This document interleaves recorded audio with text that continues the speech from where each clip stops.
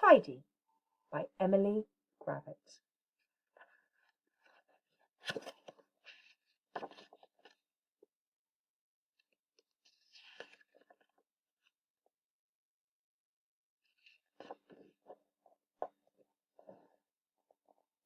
Deep in the forest lived a badger called Pete, who tidied and cleaned and kept everything neat. He tidied the flowers by checking each patch and snipping off any that didn't quite match.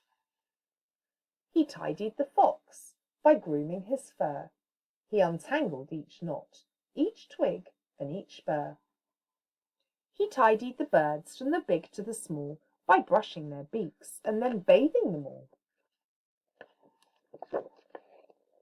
He picked up stray sticks, he swept and he rubbed, he polished the rocks, and he scoured and scrubbed.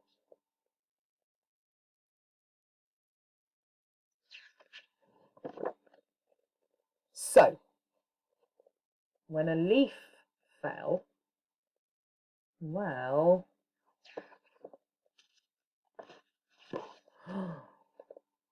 oh dear, how's Pete going to deal with this?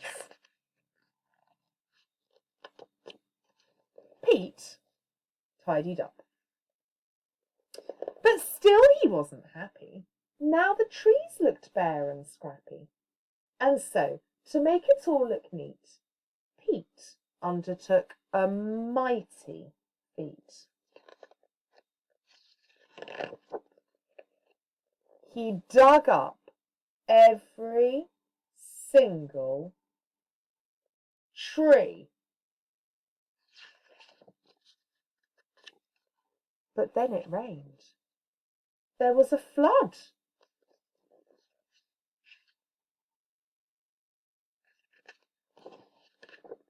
And afterwards, a lot of mud.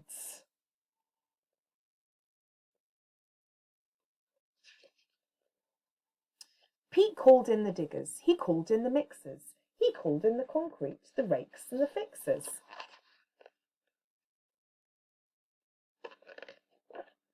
No mud, no leaves, no mess, no trees, perfectly tidy and perfectly neat. This forest is practically perfect, said Pete.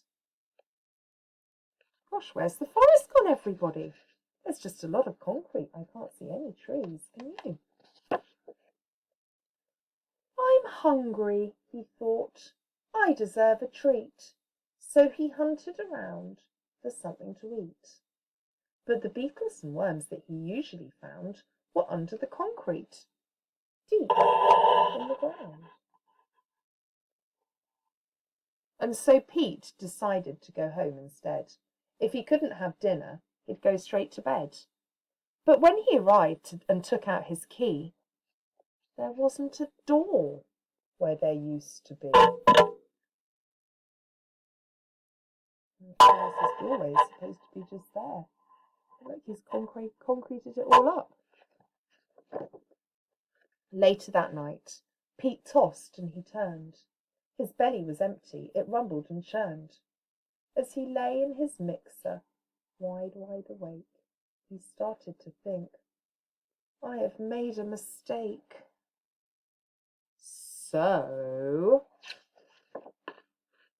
the very next morning, when it got light, he set about trying to put everything right. Then the animals came, from the strong to the weak, and they lent him a paw or a claw or a beak.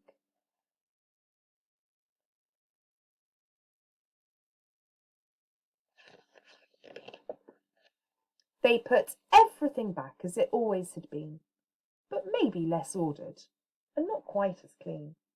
And Pete, well, he promised to tidy up less, but if he succeeded, is anyone's guess. What's he hiding behind his back?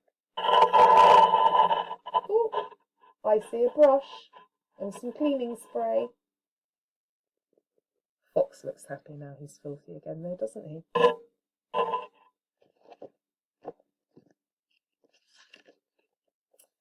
And that is the end.